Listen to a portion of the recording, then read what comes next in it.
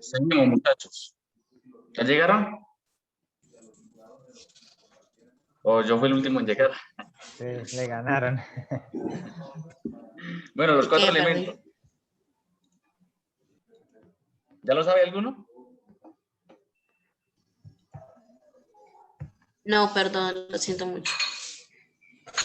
Bueno. Agua es uno. ¿Cuál es el otro? Tierra es otro. Fuego y Fuego y aire. Bueno. Va a ¿Qué tocar son los mandarlos a ver la película de los 4 elementos.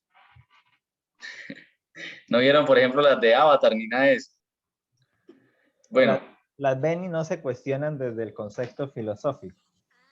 agua, tierra, fuego y... bueno, ¿qué son los componentes esenciales de todo lo existente? Es también el autor de las dos condiciones o fuerzas del mundo a partir de las cuales explicaba los problemas de su época, como la corrupción, el odio y el amor. Este señor es muy interesante. La primera fuerza unía lo existente, mientras que la segunda lo superaba. Su legado originó una ola de poetas y pensadores que, motivados por las teorías Empédocles y sus 4 elementos, iniciaron el campo de la física atómica. Fueron más allá. ¿Por qué razón saldrían los poetas? Por el odio y el amor. Y la corrupción, porque también era un político y filósofo. Seguimos. Que atacaba justamente la corrupción. Y como usted dice, hoy estaría marchando, porque ese es el problema que hay en Colombia. Sí, señora. Sí. Recalcar el aspecto de los 4 elementos. Todos los que le antecedieron y que ya hemos mencionado, que el apeirón, que el agua, que el barro, solo hacían énfasis en uno de ellos y no en todos. Él es el que ve que para la existencia de la vida se requiere de los 4. Y el otro elemento que hay que resaltar es lo de la contraposición de las fuerzas. Eso lo encontramos en la Biblia también.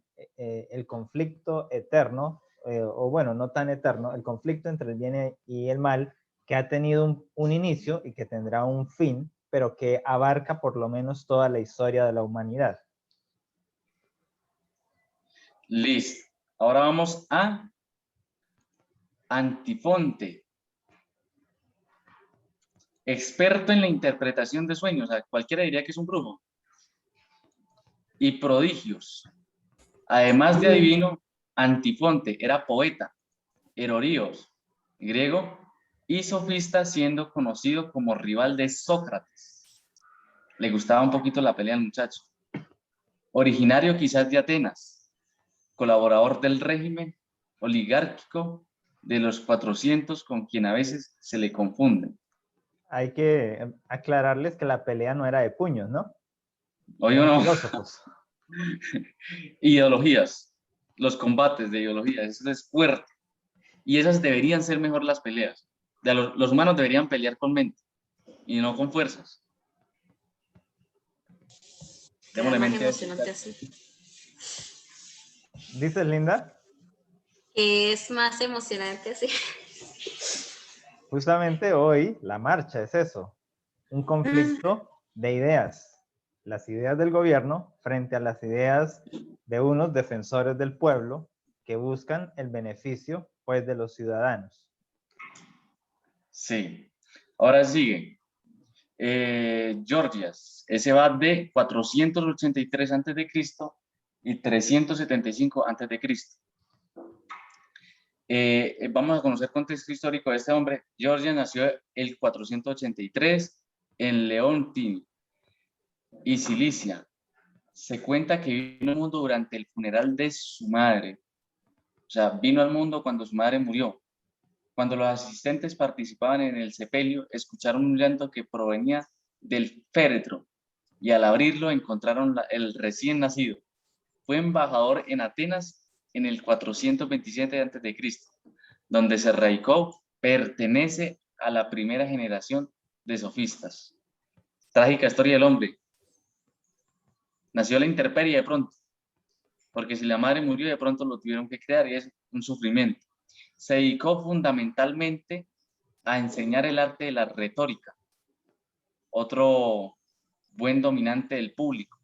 como el camino más adecuado para acceder al poder. Su filosofía es expresada en tres proposiciones. Nada existe. Si algo existe, no puede ser conocido.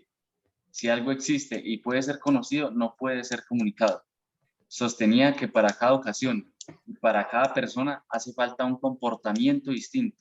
Y entonces la moral es un instinto y no un conocimiento resumible en palabras y por lo tanto enseñable.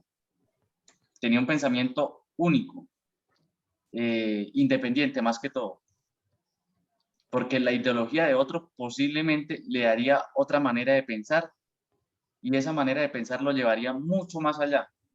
Entonces no podría ser comunicado porque otro no lo podría entender de la misma manera que él lo entiende. Seguimos.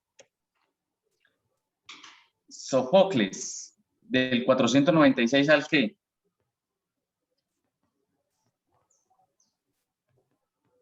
Se me durmieron, al 406 antes de Cristo. Vamos a ver si es político. Nacido en la ciudad de Colón. Sófocles fue un poeta trágico y pensador muy destacado. Poeta trágico. Agarremos ese punto importante. Aunque su ámbito de pensamiento fue más la literatura y la dramaturgia que la filosofía, sus obras estaban empapadas de reflexiones y conocimientos que otros filósofos desarrollarían posteriormente. Fue autor de los célebres Antígona y Edicto Rey.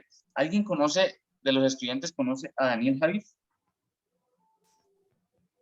Profesor, ¿usted lo ha escuchado? No. Un pensador motivacional. Es actualmente uno de los buenos. Lee mucho sobre esto. Y entendemos de que este hombre también recopila información de los diferentes filósofos para dar una aplicación a la vida. Y es muy bueno que existan personas así. Por ejemplo, en el caso de lo que nosotros vamos a hacer, pastores o profesores, siempre tenemos que dar una aplicación a debido tema. Entonces, es interesante estudiar ese tema de aplicar lo que son conocimientos a lo moderno. Demócrito, del 460 al 370 a.C., científico y matemático único. Demócrito fue conocido como el filósofo que ríe, tenía buen sentido del humor, aportó grandes teorías y conocimientos al mundo de la matemática, la geometría y la astronomía a través de distintos experimentos y razonamientos. Fue capaz de trazar su teoría atómica del universo. Argumentó que los átomos son partículas indivisibles, enteras homogéneas, en fin, todas se unen y construyen algo. Importante resaltar esa parte, que es asumida desde las ciencias, desde la biología hoy. Este es el que coloca esta unidad de medida en la química y en la física. El átomo es la base de todo en el universo. Sí. Todos somos parte del átomo. Incluye tierra, incluye humanos, etc. Diógenes de Sinope. Nacido en Sinope, junto al Mar Negro, Diógenes el Clínico fue uno de los filósofos del antiguo. Este morenito. Generalmente la gente que nace cerca del mar es morenito.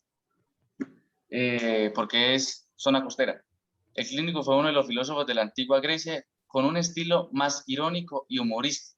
Aunque nos llegaron pocos manuscritos de Diógenes, conocemos muchas de sus ideas gracias a sus fieles discípulos y alumnos. Su pródigo se prodigó en el arte de la discusión y la oratoria. Podría ser abogado. Y rechazó cualquier convencionalismo de su época, refugiado en una vida frugal y austera.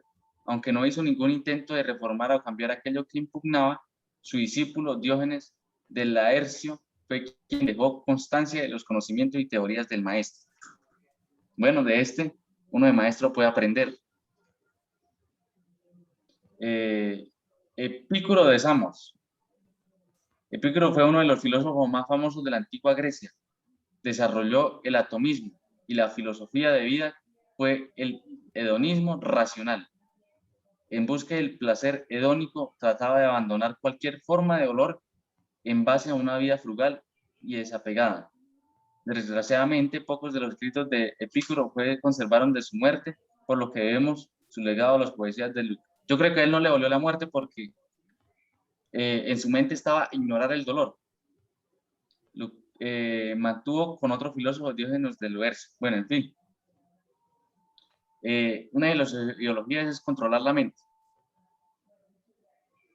Vamos a Sócrates. Este sí es muy conocido. Vamos a leer hasta el punto. Sócrates, nacido en Atenas, fue uno de los filósofos griegos más importantes. Profe, háblame de él. Bien, Sócrates es el padre de la filosofía como tal. En la historia, todos los antecesores, bien cierto, los consideramos también filósofos por las líneas que desarrollan, pero estaban dedicados a otras cosas. Hemos visto que eran políticos, que eran físicos, que eran matemáticos, que eran escritores, poetas, dramaturgos. Sócrates solo tenía el campo de la reflexión y en su momento, aunque nació lejos de Atenas, se traslada a Atenas para educarse allí, para desarrollar su línea de pensamiento y es fiel a sus convicciones al punto que está defendiendo la causa estaría hoy también marchando si Sí. estuviera vivo. Y de hecho lo acusaron de sedición, de impulsar, de rebelión, de impulsar a los jóvenes a un cambio de paradigma, a ir en contra del gobierno, en contra de la dictadura imperante en aquel momento. Y justamente lo sentenciaron a morir por cicuta. Y él defendía el cumplimiento de la ley, aun cuando fuera injusta. Se sabía que el juicio que se realizó era injusto, que la imputación era injusta, pero accedió a cumplir el veredicto del juez porque defendía el principio de la ley. Tremendo hombre sincero. Entonces ahí está y es uno de los pensadores de los cuales no tenemos registro de su pensamiento porque él lo escriba, sino porque es el discípulo el que nos contó en sus obras lo que pensaba su maestro. Es equiparable con Jesús, no escribieron, ninguno de los dos escribió, los dos persuadieron al mundo, promovieron el ser buenos ciudadanos, promovieron el amar al prójimo, beneficiar al prójimo, así que es muy equiparable en la línea de pensamiento con Jesús. Sin embargo, no se encontraron en contexto histórico ni cultural. Listo. Quedó claro ese hombre, más que claro, dijo una profesora acá. Está clara como el agua turbia. Platón. Vamos a estudiar a este hombre del 427 a 347. Es otro muy importante, muy conocido, discípulo de Sócrates. Platón desarrolló la teología de su maestro para entrelazarla con novedosos planteamientos metafísicos. Si es metafísico, se trata de construcción de fe, en fin. Fundador de la academia en Atenas, enseñó sus teorías éticas, además de la dialéctica y física, donde también aportó grandes conocimientos a través de estas facetas científicas y filosóficas. Platón pretendía crear hombres mucho más instruidos y capaces de gobernarse a sí mismos. Es muy claro, también llevaba una ideología muy buena con Sócrates. Aristóteles, otro muy conocido, considerado el padre de la biología y de la lógica, Aristóteles funda la historia del conocimiento en Occidente. Su legado consta de más de 200 textos en los que teoriza y desarrolla ideas en torno a 7 ámbitos del conocimiento distinto.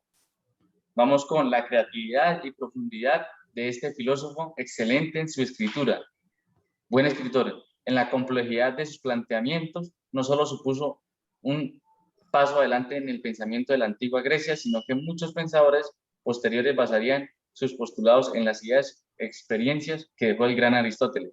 Bueno, la escritura era algo muy importante ahí y para poderla entender hay que tener una escritura que nos lleve, que nos maneje. Entonces, es muy bueno. Arquímedes. ¿Quién ha escuchado a Arquímedes? Ninguno. Va del 287 a.C. al 212 a.C. En la historia de las matemáticas, Arquímedes tiene un papel muy importante. Oído, ¿cuál es su tema? Por sus aportes significativos que trascienden a su época, la Grecia antigua y clásica, y que lo identifican como uno de los matemáticos más importantes de la humanidad.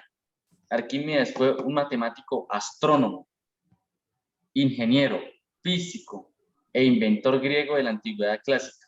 nacido en Siracusa, posiblemente en el año 287, asesinado, bueno, lo mataron. ¿Cuál fue la razón por la que lo mataron, profe? ¿Usted la sabe? Muere cuando es invadida Siracusa. Ok, Él estaba, de hecho, armando un ejercicio allí que estaba resolviendo y el soldado llega y él no para, sino que el soldado lo ejecuta ahí mismo. Vamos a dejar hasta allí. Ya queda listo. otro pensador, lo revisan y quedan unas líneas de tiempo que están para hacer el repaso. Así que agradecemos a Elías por estas experiencias que nos ha compartido y agradecemos a cada uno de ustedes el espacio y les damos tránsito para que vayan a la siguiente clase. El Señor Listo, les chicos, bendiga. feliz día, profe, gracias. Chao, profe.